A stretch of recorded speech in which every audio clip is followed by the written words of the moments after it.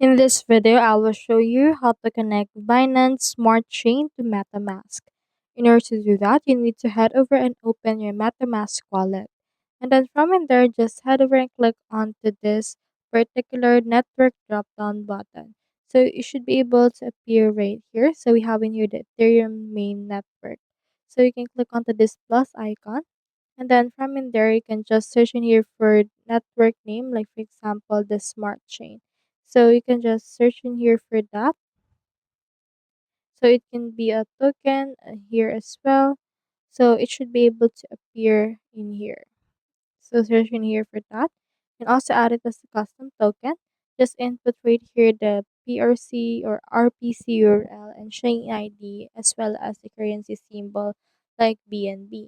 So you can search in here instead for BNB in order to make things easier. So head over and search.